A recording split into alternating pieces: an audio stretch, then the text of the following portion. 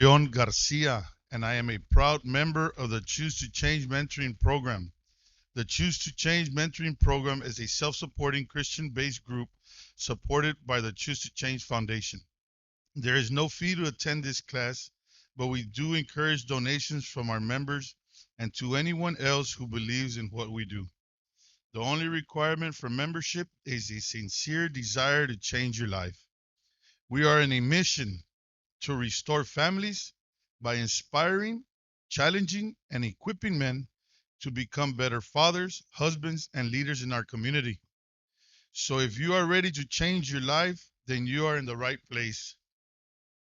Through this program, you will learn exactly where to start your life change journey, tools and resources to keep you going, and a support system to help you reach your goals.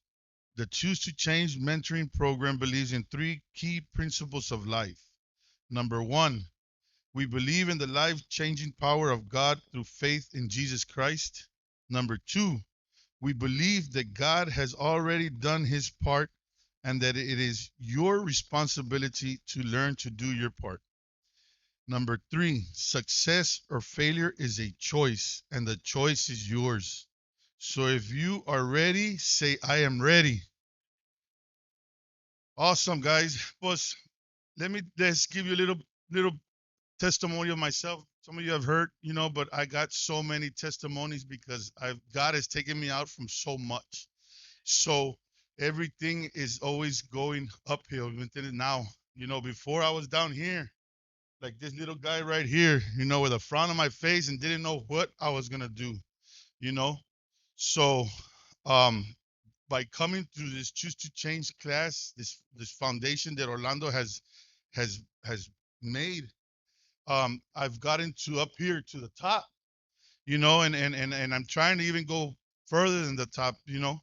So because like Orlando says, I'm going to the top because it's too crowded at the bottom, and I don't like it down there, man. It's not a good place to be, and now that I've learned how to do a bunch of this stuff that Brother Orlando's going to show you right here, right now, to get how to go from good to greatness. I think is that what you have it? Yeah. So from being good to getting to greatness, there's steps. And I didn't know that there was these steps when I first started coming to this class. I was like, man, here we go again. What can this ex-convict teach me? I'm an ex-con. I've been there, done that. What can he teach me?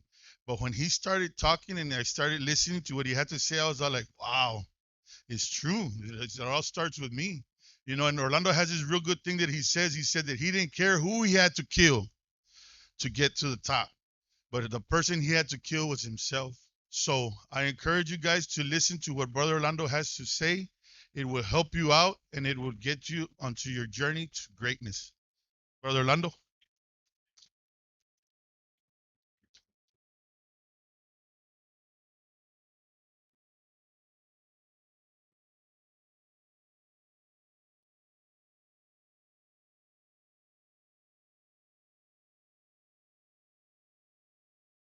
Testing. There we go.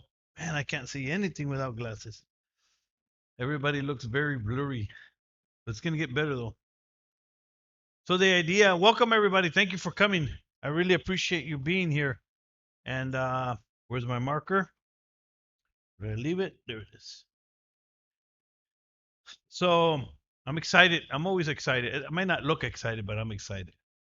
Not because my life is has no problems. We all have problems, right? And not because I'm perfect or I'm a perfect parent or I'm a perfect business owner or I'm a perfect person. The idea, I like what Leon said, that he used to be down here, right? And now he's up here to the top.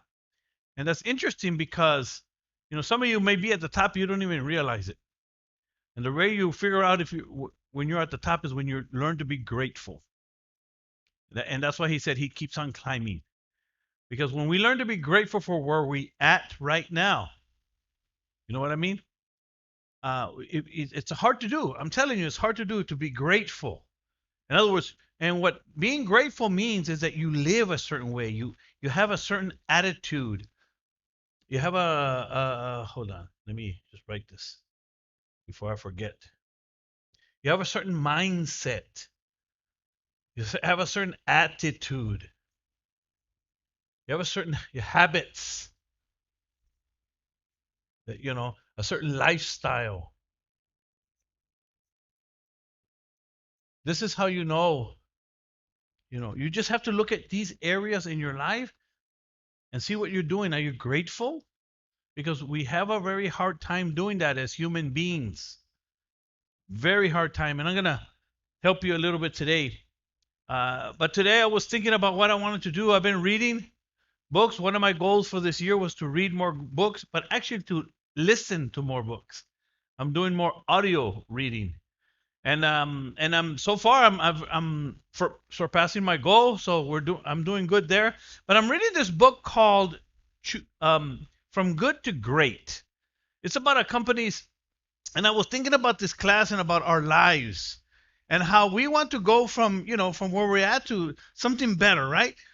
Because at the same time we have to be grateful for where we're at, but at the same time we have to pursue something right for our lives, a better marriage, better finances, better situation, better, right? You see, so that, and this book is about how good companies became great, but not only that, how they became great and stayed great. And that's what we want to do. So I was thinking about our lives and what I teach here, as Christians, as men, as marriages, a new church, right? You start somewhere and you want to go up, you don't want to go down, right? So, and this book, I'm halfway through it, so I'm just gonna want to share with you some tips and some ideas that this book brought out. And the other day, this weekend, when was it? Last weekend, I was doing revival at a church, and a young pastor asked me about. He said, "Well, what advice can you give me about success and about achieving and overcoming? Things that you teach." He's a new pastor. He was asking me, and I was intrigued about that because people ask me that, right? And my first reaction is, "Oh man, I'm a nobody. I'm just trying to make it myself. I'm just doing what I can." But on the other hand, people look at me and they see me that I have been successful. But my answer to him was not something he was expecting, and this is the reaction that I get from everyone, because when I first learned this myself, I also kind of like, yeah, that's it. And like some of you that you may have walked into these rooms and you look at what I teach and people, attitude, desire, faith, mindset, what's all that? Well, what you don't understand is this: what it all happens in the mind. But anyway, what I told the guy, I said, "You want the truth?" He said, "Yeah, I want the truth." I said, "Look, just start working on yourself. Start there. That's the key. And then you'll start growing from there." And he's like, that's not what he was expecting, because a lot of times we're looking for answers in our lives and they're not as clear cut as we hope they would be. They're not, you ask advice from a counselor, you ask advice from a parole officer, you ask advice from the pastor, you ask advice from friends, and you listen to these things, and nobody has a concrete answer for you, right? Who's experienced that? So in this book that I'm reading, I'm listening to it, and all these concepts that I'm sharing. Oh, the reason I was sharing that story with you was because what I told him was that what you're going to find out as you read books, as you learn, as you want to be a better pastor, as you want to be a better leader, a better person, you're going to find books. And what you're going to find is these same principles that all books have. And it has to do with working on you being a better man, you being a better person, you having a better attitude, you having the faith, You having the mindset to deal with the issues of our lives, which I'm going to deal with today. You having the attitude, the fortitude to fight through the problems and the trials and the temptations, to have the habits that'll keep you going to the top. Because there's habits that kick you what? To the bottom. And so that you can live a lifestyle that people see that you're progressing, that you have a good life. There are principles that all books have when it comes to learning how to be great. I want to help you understand what it takes to go from good to great. So I read an illustration, and the reason I'm excited, why I have hope, I know that my life is going to get better because I have hope. Let me tell you how powerful hope is. Hope. This is what God came to give us. Hope. The power of the gospel of Jesus Christ is about giving people hope. Right? Hope that there's a better life. Hope that there's forgiveness. Hope that we have life after death. Hope that our situation could get better. Hope that y'all know that, right? That's what the gospel of Jesus Christ. And I thought about that one day. I said, wow, that's pretty powerful hope. But let me tell you how powerful hope is.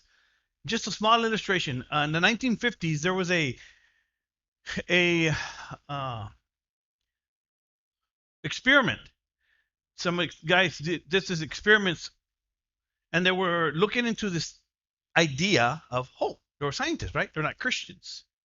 Hope. So they took some rats. Check this out. It's powerful. They took some rats and they put them in water. I don't know how many, maybe 10, maybe, I don't know. But they put them in water to see how long they would survive before they died. But they did. So they put the rat in there, and the man, they started swimming. They lasted 15 minutes before they were about to die, and they took them out.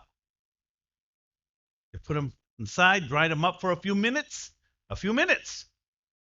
Dried them up.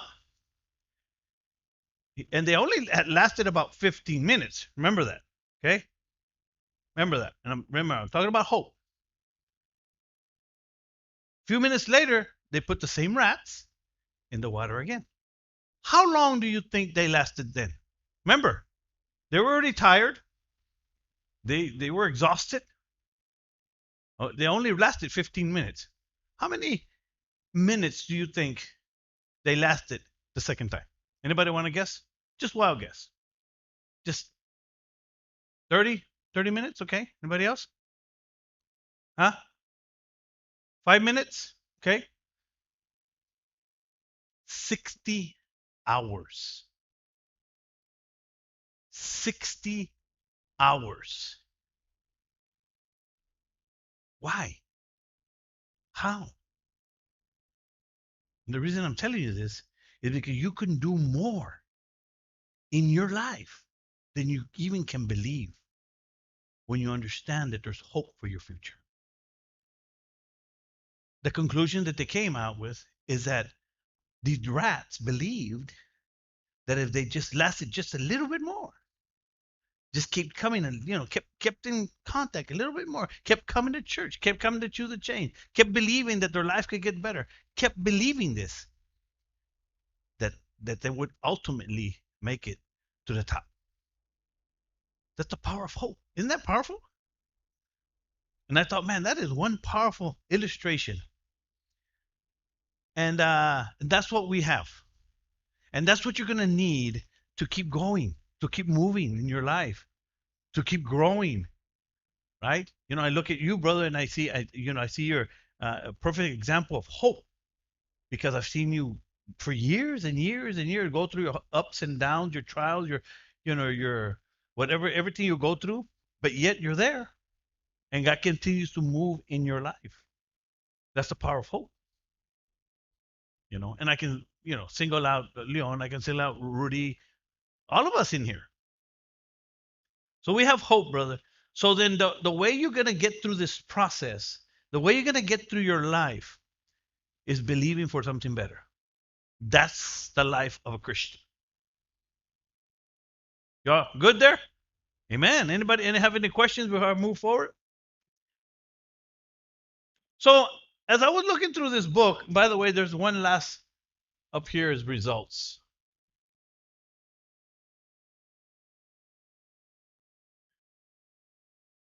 You're at the top. You're feeling good. You're you have hope for the future. You know, that's being at the top. And now you just continue working on the critical ingredients in your life. And when I was reading this book, there's five or four key elements or four key principles that that that came out that I want to share with you to help you keep you going to the top. Keep you going as you start building your church, as you continue building your life, as you continue building your business, as you continue moving forward. One of the first keys that they gave me that I learned in this book is that you're going to have to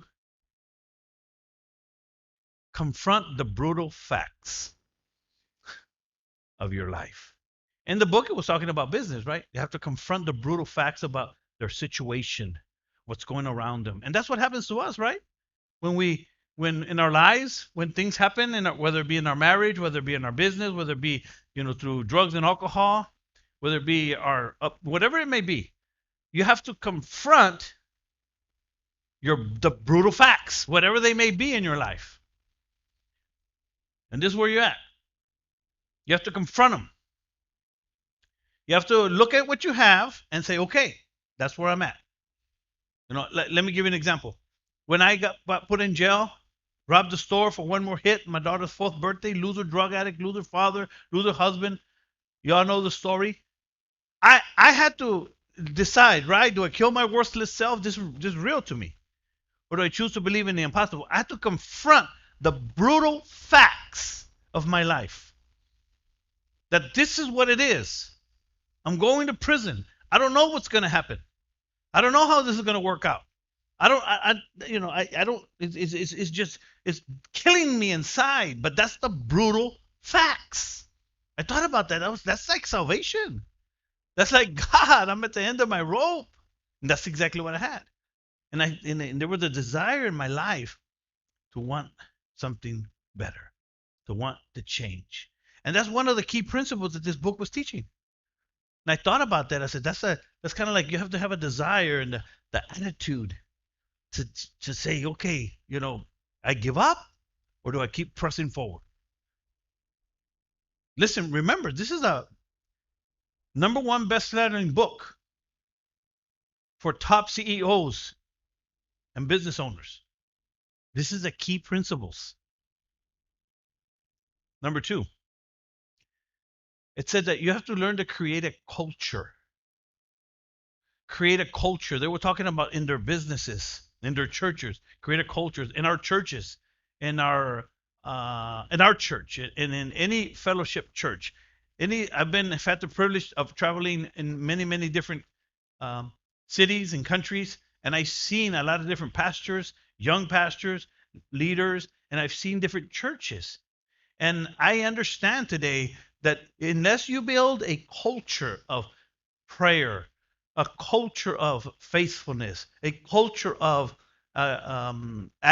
gratitude, a culture of outreach, culture of that we build in our churches, then your church is not going to grow. Unless you build a culture in your life of a good attitude, and this is where I wrote in my notes, this is where the lifestyle comes in. Having a certain lifestyle of coming to church, of coming to choose to change, of reading, of learning, of growing. You have to develop that in your life so that you can keep growing in your life. This culture involves learning. I teach here that you need to be a lifelong learner. Lifelong learner.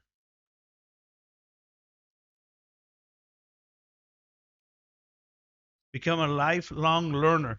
People don't understand that sometimes. They don't get it. But if you're going to be good in anything, if you want a better life, you're going to have to keep learning, right? Because we don't know everything, right? We don't. I was thinking about this book, and I was thinking about this book. CEOs and business owner, multi-million dollar CEOs and business, they pick up this book to learn. And it's a very, very popular book in the 90s. And they're teaching them to be a culture of learning, continue learning. I learned this through books as well. Anybody have any questions here? We talked about the brutal facts, facing your brutal facts of your life, learning to develop a culture of learning, a good attitude, a lifestyle, coming to church, choose a change, reading, learning. Anybody have anything here? Let me give you the third one. He would ask, this guy was telling, you need to learn to lead with questions. And so I ask you if you have any questions. He says that's one of the keys. Learn to lead with questions. In other words, I don't claim to know everything. I ask questions. I teach some things, some principles. These are just principles. And if you understand them, you start growing in life. But you have to lead with questions. When we're talking to new converts, you ask them questions. You see where they're at, how we can help them. We ask them questions. When you're trying to learn, you learn from other leaders. You ask questions. That's really hard for me because sometimes I ask some real stupid questions. Anybody ever felt like that? Like, man, I don't want to ask that. But hey, that's okay. Trust me, I've been known for asking stupid questions. But hey, you know what? I'm learning.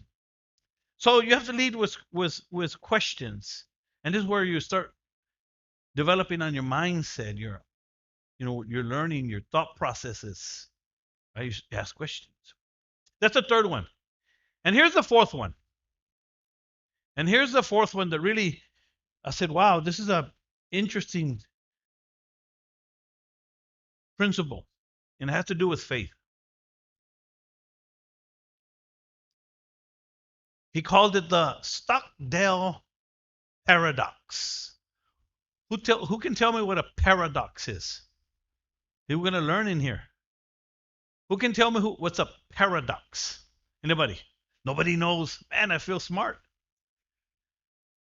You all guys make me feel smart. A paradox. A paradox is an idea or an idea that doesn't make any sense. There are two rights. What can I give you? Man, what's a good example of a paradox? I can't explain it. They contradict each other, but yet there's something there. See, now I can't explain it. See? Google it. Let's see what Google says. Google it. Let's get right here live. Who knows it? If you're online and you know it, just ask Siri. Siri, what does a paradox mean? Here, she's going to tell us. A paradox is a logically self-contradictory statement or a statement that's true contrary to one's expectation. But I need an example. Oh, maybe she'll give me one. Let's see. Any example, guys? Just learn here. And I had an example and I completely forgot it. Nobody can give me an example. Come on, guys, help me out. Google it. Do something. In other words, what he was, as somebody is looking it up, do me a favor, look it up and look up an example. Isabel, will you do that for me, please? A paradox, an example of a paradox. And what this guy is saying, is that number one, the Stockdale. The reason it's called the Stockdale Paradox is because there was a guy named he was an admiral. His name is Admiral James Stockdale. Admiral James Stockdale was a prisoner of war in the Vietnam War. And what had happened is that he was an airman, and he was shot down in Vietnam, and he was captured, him and a few men, and they were tortured.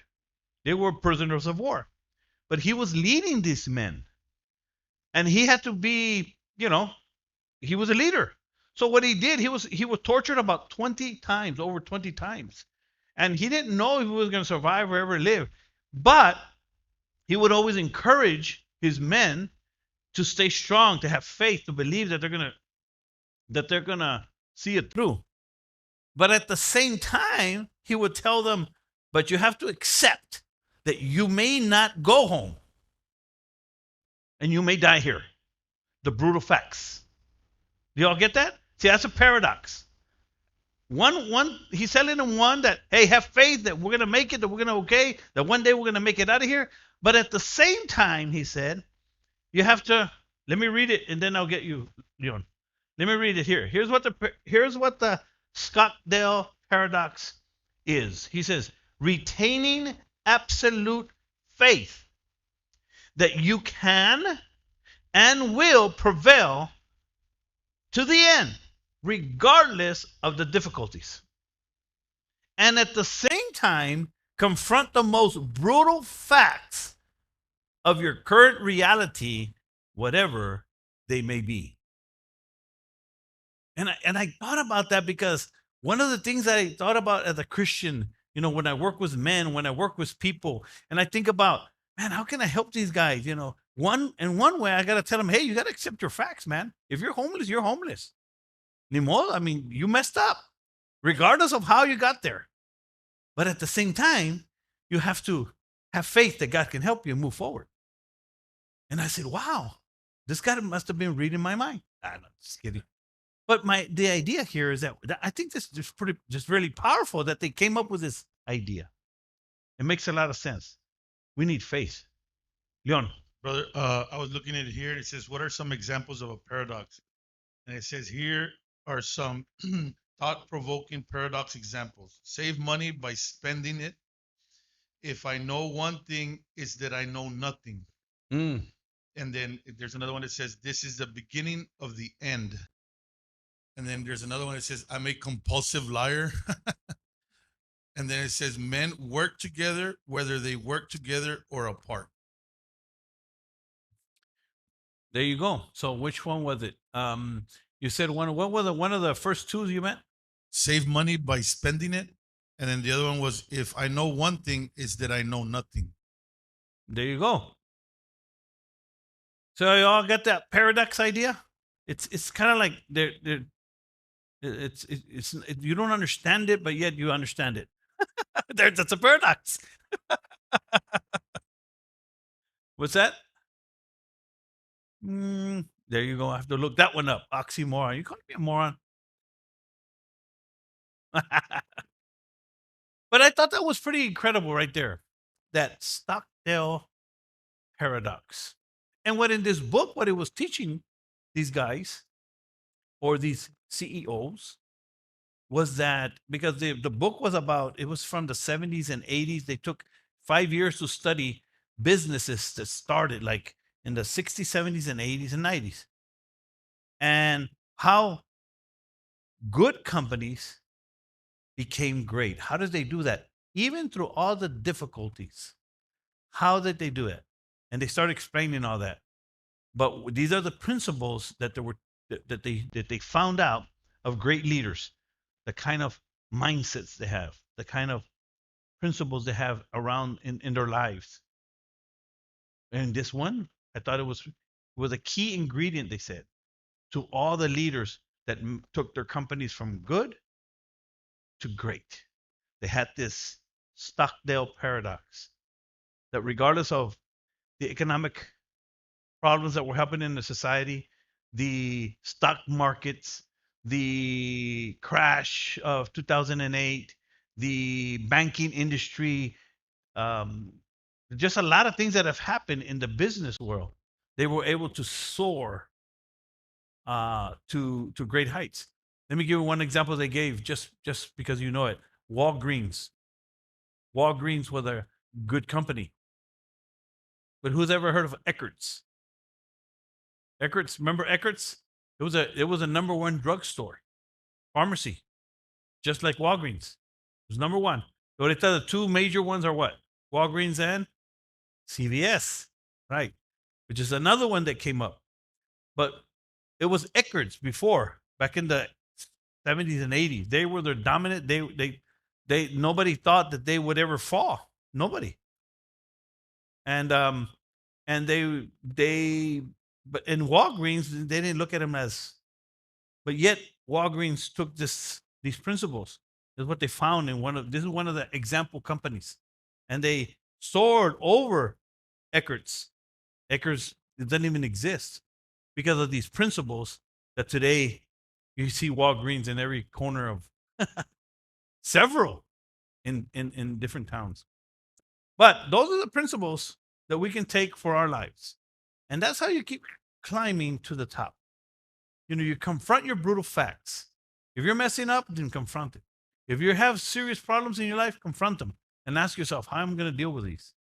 If you start creating a culture in your life of living a better life, of like you come to choose to change, you come to church, maybe you come to prayer, you start reading books, you start asking questions, which is the third one. Lead with questions. Asking people for questions, learning from books. And the fourth one is the Stockdale Paradox. Retaining absolute faith that you can and that you will prevail in the end, regardless of difficulties. At the same time, confront the brutal facts of your current reality, whatever they may be. Anybody have any questions? Nobody? Well, then I'm going to take this time. Leon? Do I have any comments back there? In the meantime, we're going to take up a donation. Those of you that that would like to give anything to our organization, to our Choose to Change Foundation, I'll take a minute to tell you on February 26th, in 4 weeks, we're going to have a Choose to Change Prison Invasion. If you're interested, sign up, go. You know, I'm hoping to give away books, but that costs a lot of money. So if I can raise some money to give away books, I'll do that. But in any case, this is the kind of stuff that why we raise money to, and I'm going to officially put a sale on. We have shirts. So if you want a shirt like the one Leon has on there he is going to the top. We sell them for $20. So as of right now, so they run out until I say otherwise, they're going for 50% off.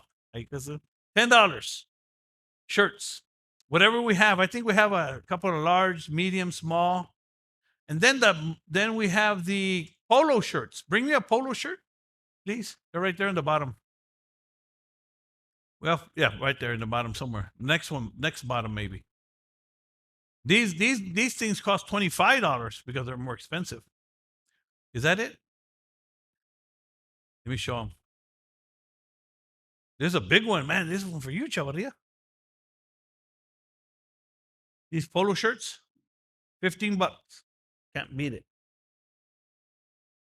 So we have a few of these. We have more of these than any of them. But $15, man, that's a really good price. And of course, this is all going to the Choose to Change Foundation.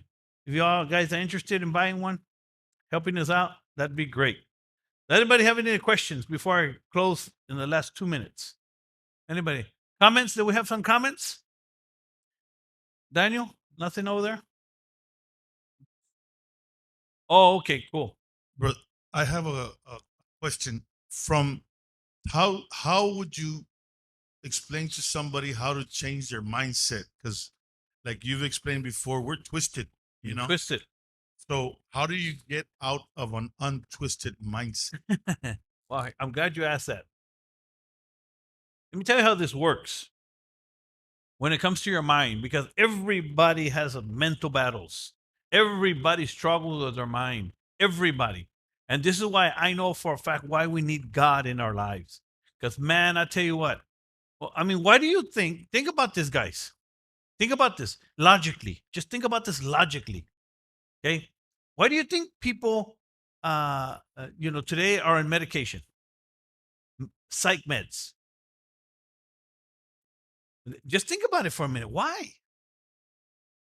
That- There's people in prison. There's people when they're young. This happens to a lot of young people. You know, they put them on medication when they're young because of their mind. I do not believe that. We have to deal with it. We have to face the brutal facts and then deal with it. And you're going to either deal with your mental health with medication, doctors trying to figure out and balance your medication. Anybody ever heard that? Oh, maybe we got to do you less, do more. Or you have this, you have this, you have a double personality, you have uh, what else? Uh, Depression, manic depression, anxieties, schizophrenia, and those all things are what you're feeling is real. I'm not debating that. How you deal with them is what you have to decide, but that's up to you. I chose to deal with them through faith, through prayer, through relationships, through church. That's how I choose to, and that's how I teach people to do it. Do it. Frank is a perfect example of that. He came in with 10 kinds of medication. How many? 5 or 10? 5. Round it off. But the thing is, this is but well, anyway, I'm not going to go into all that. My point is, because we have these issues in our mind, and they're real issues. Okay, so he's asking, how do you help somebody understand this? Let me tell you how I put it. We anybody ever seen your carport, your garage, in your house goes up and down your garage? There's this, if you look at your garage when it's closed, there's this spring at the top. It's a coil. Has anybody ever seen that? You've seen that? You've seen that? There's a coil. Okay, that coil, that's what makes your garage open easily. Otherwise, it'd be heavy. So you kind of, you pick it up and it goes down. That cord is what helps. It's all twisted. Okay. And one time my garage thing broke in my shop and it wouldn't go up and down anymore because that cord had untwisted. It broke. So in other words, it's twisted in a way that it easily goes up and down. But when it's broke, it's ya no sirve. So I use that illustration as our minds. What your mind is already twisted. And for it to work properly, you have to start untwisting it and untwisting it.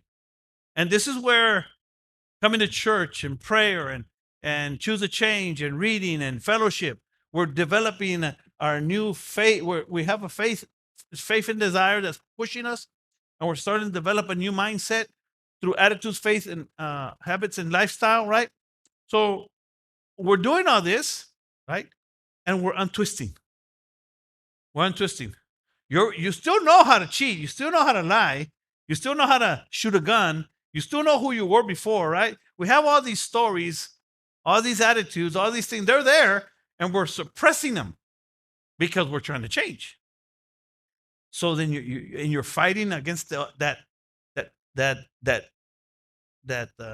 power of that spring, the cord, the spring. And that's what you're feeling when you're feeling lonely and depressed and anxiety and fearful and doubtful, and because it's starting to get hard. And what happens is that if you loosen, it goes back. And guess where you go back to? Back to who you were, back to where you come from, back to those feelings, back because you stop fighting. You stop untwisting. You let go of the spring. And that's the best way I can explain it, because the answer is really, you have to start changing your mindset, and you have to, And the only way your mind is going to change is if you feed it something different and you stop feeding it the junk that you used to feed it. That's it. The only way your mind is going to change is when you stop the junk and start feeding your mind something better, something different. I can't get away from the fact that I remember, I'm trying to work out a little bit. La llevo. But I can't get on. You can pass around the bucket, bro. Ah, Chihuahua, me bolsearon otra vez. Chihuahua, babe, please donate for me. I can't get around this idea. I remember when I first started working out and I wanted to, and I'd ask the, people about working out and, I'd ask the guy, and by the way, watch who you ask, right? You don't want to go to the gym and ask the guy, the fat guy. He doesn't know yet. No, I mean, true, right? I'm not trying to be, it's true, right? He doesn't know yet. But you go to the guy that's, because that's what I did. Ask these guys. Because I've had guys that tell me that's the other day. He's all fat like that. Number, what you have to do, brother, is go do this and this. And I'm like, okay. I'm serious. He was like really serious. Yeah. And then you go like, you work these right here for around here. And I'm running like, okay, I don't want to be like you. But you have to ask the right people. But I was surprised when I kept on hearing it's 80 to 90% what you eat is the key, right? It's your food. And I look at him because he used to be really, really skinny. Now he looks like the little Arnold Schwarzenegger. So it's what you eat, and my wife, we were trying to eat the best that we can because I'm working on it. But I didn't know that 80 to 90% is your food. Wow, I thought it was exercising, dale más, work out for a whole hour, and no, it's more. It's really, really true. You are what you eat, and guess what? You are what you eat. It's powerful, right? That's called revelation. That's how this stuff works. Guys, that's all I have tonight. Does anybody have any questions, concerns, comments? Okay, yes, sir. The mic. There's some comments here by Jasmine Franco. Okay. So the first one is where you're talking about why people like rather take the medication. So she says because they would rather have something that changes the way they feel physically than to heal their hearts and change their minds. And she also says a pill can change the way you feel physically, but doesn't heal your heart of the emotional pain. That's right. It's wicked stuff. It really, and I know who that is. So, I know she knows what she's talking about because it's really, really true. Medications do not cure. That's not me, and that's not my opinion. That's not what I think. I'm giving you a fact. Psych meds do not cure. Understand? They're designed to help you. What's the word? Cope. That's what they're designed to do. They're coping mechanisms. They're coping meds. Help you calm you down. Help you deal with the stress. That's what they're for. They do not heal. There's no solution in meds. There's only coping. They call them coping mechanisms. Ask your doctor.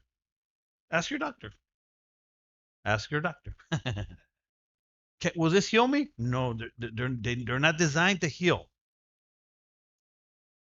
Only the gospel can heal you. Ay, Jesús. Guys, anybody else? And we'll close for tonight. Thank you for everybody for watching. Yes, sir. Oh, if you have not signed up for the invasion team, and by the way, anybody can go, no matter where you're from. If you're here watching me from anywhere in Texas, you go to Choose the Change Foundation, and sign up right there where it says sign up. There you go. See? Real easy. For the winter 2022 prison invasion team here. Let me tell you what's going to happen. Anybody can go. Okay. And it's a great experience to just experience. You're going to go in there. We're going to go in there. We're going to have a concert scene. People are going to sing testimony, and then and everybody, you guys, all the volunteers are going to be just watching. You're going to be watching, experiencing it. But you're going to hear the testimony. You're going to see the reactions to these inmates. It's just an incredible scene when you see the power of this invasion team and what God is doing in these lives. You got to understand, some of these men are going to be making decisions for the first time to finally change their lives. And that's huge because I remember being there. I remember, when they, we get these letters from prison, and they a lot of them are, when they hear me, they hear my story, and for the first time in their lives, they realize that there's hope. Not because they didn't believe in Jesus, not because they didn't have faith, but they didn't see somebody that was like them be successful. And that's part of why I started what I did, because I read an article one time by T.D. Jakes, how he started helping his community, his black community, his city, and people in his community, black people. He said, I believed, because I asked him, why have you become so successful, and why is this important to you? And he said, well, because I believe that my people, he was talking about the black community. He said, I believe that my people, I read this in prison, by the way, they need to see somebody from their own become successful so that they can believe that they can become successful as well. And I took that principle and I said, you know what? That's what I'm going to do. If I'm able to change my life, become a business owner, and just do more than I ever thought possible. Man, if I did that, then I could go back. And that's how I started Choose the Change. And that's why I do what I do. To show people that it's possible.